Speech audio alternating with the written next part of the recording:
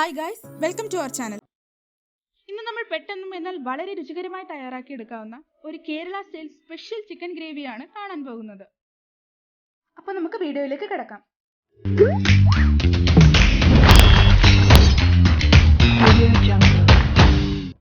ആദ്യമായി ഒരു ബൗളിലേക്ക് 2 സ്പൂൺ മുളക് പൊടി, 1 സ്പൂൺ കാശ്മീർ ചില്ലി പൗഡർ, അത് നമുക്ക് 1.5 സ്പൂൺ വരെ ചേർക്കാവുന്നതാണ്. പിന്നെ 1.5 ടീസ്പൂൺ ചിക്കൻ മസാലയും 1/4 ടീസ്പൂൺ മഞ്ഞൾപ്പൊടിയും, ഞങ്ങൾ തന്നെ ഉണ്ടാക്കിയ ഒരു ഗരം മസാലയാണ്, അത് 1/2 ടീസ്പൂൺ ചേർത്തു. പിന്നെ ഉപ്പ് നമ്മുടെ ആവശ്യമനുസരിച്ച് ചേർക്കുക.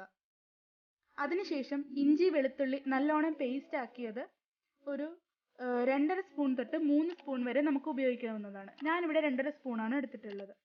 അതിനുശേഷം ലാസ്റ്റായിട്ട് 1 സ്പൂൺ നാരങ്ങ നീരും കൂടെ ചേർത്ത് ഈ മസാല എല്ലാം നല്ലോണം മിക്സ് ചെയ്യുക. നമുക്ക് വേണമെങ്കിൽ കുറച്ച് വേണമെങ്കിൽ എണ്ണയോ അല്ലെങ്കിൽ വെള്ളമോ ചേർത്ത് ഒന്ന് മിക്സ് ചെയ്യാവുന്നതാണ്. ഇത് നല്ലോണം മിക്സ് ചെയ്തതിന് ശേഷം മാത്രമേ നമ്മൾ ഇതിലോട്ട് ചിക്കൻ ആഡ് ചെയ്യാവുള്ളൂ. കാരണം അപ്പോഴേ മസാലാസ് എല്ലാം ഈക്വൽ ആയിട്ട് അതിൽ ചിക്കനിൽ പിടിക്കുകയുള്ളൂ. അപ്പോൾ കഴുകി വൃത്തിയാക്കിയ ചിക്കൻ നമ്മൾ ഇതിലോട്ട് ചേർത്ത് നല്ലോണം മിക്സ് ചെയ്യണം.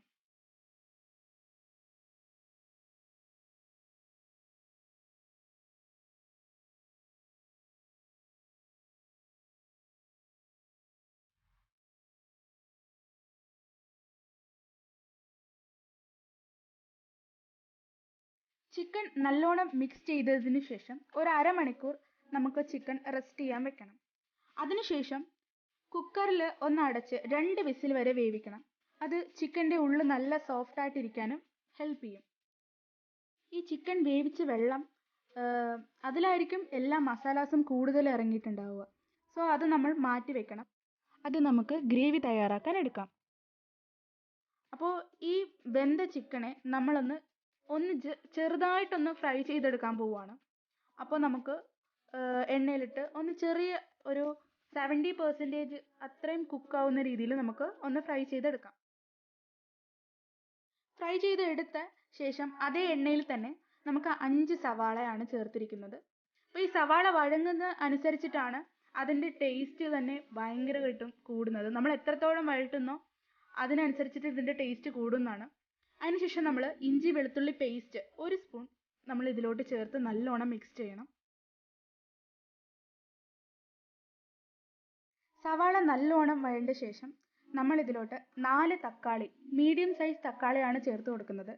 മാക്സിമം ലോ ഫ്ലെയിമിൽ വെച്ച് കുക്ക് ചെയ്യുക. കാരണം ഒത്തിരി ഫ്ലെയിം കൂടിയാലും കരിഞ്ഞു പോകാൻ ചാൻസ് ഉണ്ട്. ലോ ഫ്ലെയിമിലാണെങ്കിൽ കറക്റ്റായിട്ട് നല്ലോണം വഴട്ടും കിട്ടും, എന്നാൽ കരിഞ്ഞും പോകത്തില്ല.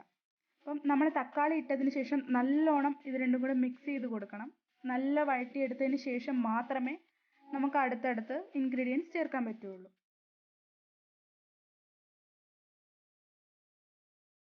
നമുക്ക് കറിവേപ്പില ചേർത്ത് കൊടുക്കാം. ഇപ്പോൾ കറിവേപ്പില നല്ലൊരു ഫ്ലേവറാണ് കറിക്ക് തരുന്നത്. അപ്പോൾ കറിവേപ്പില ചേർത്ത് നമുക്ക് നല്ലോണം മിക്സ് ചെയ്ത് കൊടുക്കാം. ചിക്കൻ ഫ്രൈ ചെയ്യാൻ നേരത്ത് ഒരു കാര്യം ശ്രദ്ധിക്കാം.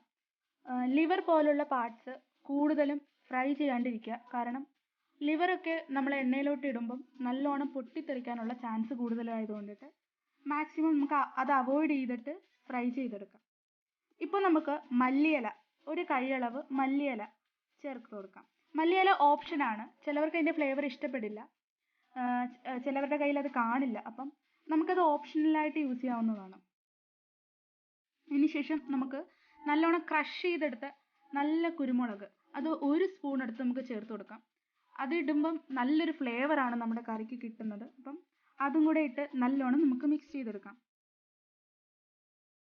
ഈ ചിക്കൻ ഫ്രൈ ചെയ്ത എണ്ണയിൽ തന്നെ ഇത് ഉണ്ടാക്കാൻ കാരണം ഒന്നും കൂടെ ടേസ്റ്റ് കൂടുതലായിരിക്കും. കാരണം ആ ഫ്രൈ ചെയ്ത ചിക്കൻ്റെ ഫ്ലേവേഴ്സ് ഒക്കെ ഈ എണ്ണയിൽ കാണും. അതുപോലെ തന്നെ കറി വെക്കുമ്പോൾ നല്ല ടേസ്റ്റി ആയിരിക്കും. ഇപ്പോൾ നമുക്ക് ഒരു 1.5 ടീസ്പൂൺ എടുത്ത് ചിക്കൻ മസാല നമുക്ക് ചേർത്ത് കൊടുക്കാം. നമുക്ക് നല്ലോണം ഇതിന് മിക്സ് ചെയ്ത് ആ മസാലയുടെ പച്ചമണം പോകുന്ന വരെ ഒന്ന് വഴറ്റിയെടുക്കാം. ഈ ഗ്രേവി ചോറിന് മാത്രമല്ല, ചപ്പാത്തി, അപ്പം, നെയ്ച്ചോറിനൊക്കെ പറ്റിയൊരു നല്ലൊരു ഗ്രേവിയാണ്. ഞാൻ ഒത്തിരി വട്ടം ട്രൈ ചെയ്തിട്ടുണ്ട്. വളരെ നല്ല ടേസ്റ്റി ആയിട്ടുള്ളൊരു ഗ്രേവിയാണ്. അതുകൊണ്ടാണ് ഞാൻ നിങ്ങളോടൊപ്പം ഷെയർ ചെയ്യാൻ കാരണം. അപ്പോൾ ഇനി നമ്മൾ നേരത്തെ വറുത്ത് കോരി വെച്ചിരുന്ന ചിക്കൻ ഇതിലോട്ട് ഇട്ട് കൊടുക്കാം. നമ്മൾ ഈ വറുത്ത് കോരി ഇങ്ങനെ കറി വെക്കുമ്പോൾ നല്ലൊരു ടേസ്റ്റാണ്. അതുപോലെ തന്നെ നേരത്തെ നമ്മൾ വേവിക്കാൻ കാരണം അതിൻ്റെ ഉള്ള നല്ല സോഫ്റ്റ് ആയിട്ട് ഇരിക്കാൻ വേണ്ടിയിട്ടാണ്. ഇങ്ങനെ ചെയ്യുമ്പോൾ വളരെ ടേസ്റ്റി ആയിട്ടിരിക്കും നമ്മുടെ കറി. പെട്ടെന്നൊരു ഗസ്റ്റ് ഒക്കെ വരുവാണെങ്കിൽ വെച്ചോ, നമുക്ക് നല്ലൊരു കറി തന്നെ ഉണ്ടാക്കി കൊടുക്കാം. അത്ര ടേസ്റ്റി ആയിട്ടുള്ള ഒരു കറിയാണ്. നല്ലോണം നമുക്ക് ഇത് മിക്സ് ചെയ്തെടുക്കാം. നമുക്ക് വേണമെങ്കിൽ ഈ സ്റ്റേജിലും ഈ കറി യൂസ് ചെയ്യാം. ഒരു ഡ്രൈ ആയിട്ടുള്ള ഒരു എന്താ പറയുക, ഒരു ഒലത്ത് പോലെയൊക്കെ നമുക്കിത് യൂസ് ചെയ്യാവുന്നതാണ്. അപ്പോൾ ഈ സ്റ്റേജിലും വേണമെങ്കിൽ നമുക്ക് വാങ്ങി വെക്കാവുന്നതാണ്. ഇത് നല്ലോണം മിക്സ് ചെയ്തതിന് ശേഷം നമ്മൾ നേരത്തെ മാറ്റി വെച്ചിരുന്ന ചിക്കൻ വേവിച്ച വെള്ളവും കരളും കൂടെ ചേർത്ത് നല്ലോണം മിക്സ് ചെയ്തെടുക്കാം. ഇത് മിക്സ് ചെയ്ത് ഒരു 2 മിനിറ്റ് എടുത്ത് അടപ്പിട്ട് വെക്കുക. അതിനുശേഷം നല്ലോണം എണ്ണയൊക്കെ തെളിഞ്ഞു വന്ന ശേഷം നമ്മൾ 1 കപ്പ് എടുത്ത് തേങ്ങാപ്പാൽ ചേർക്കാം. ഈ തേങ്ങാപ്പാൽ ചേർത്ത ശേഷം അധികം നമ്മൾ കറി തിളപ്പിക്കാൻ പാടില്ല, കാരണം കറിയുടെ ടേസ്റ്റ് തന്നെ മാറിപ്പോകും. അതുപോലെ തന്നെ ജസ്റ്റ് ഒന്ന് മിക്സ് ചെയ്തെടുത്താൽ മാത്രം മതി. ഈ തേങ്ങാപ്പാലിന് ഒത്തിരി ഗുണങ്ങളുണ്ട്. ഈ സ്റ്റേജിൽ നമുക്ക് ആവശ്യമുള്ള ഉപ്പ്, അതായത് ചിക്കനിൽ നേരത്തെ ഉപ്പ് ചേർത്തതിനാൽ നോക്കിയിട്ട് മാത്രം നമ്മൾ ഉപ്പ് ചേർത്ത് കൊടുക്കുക.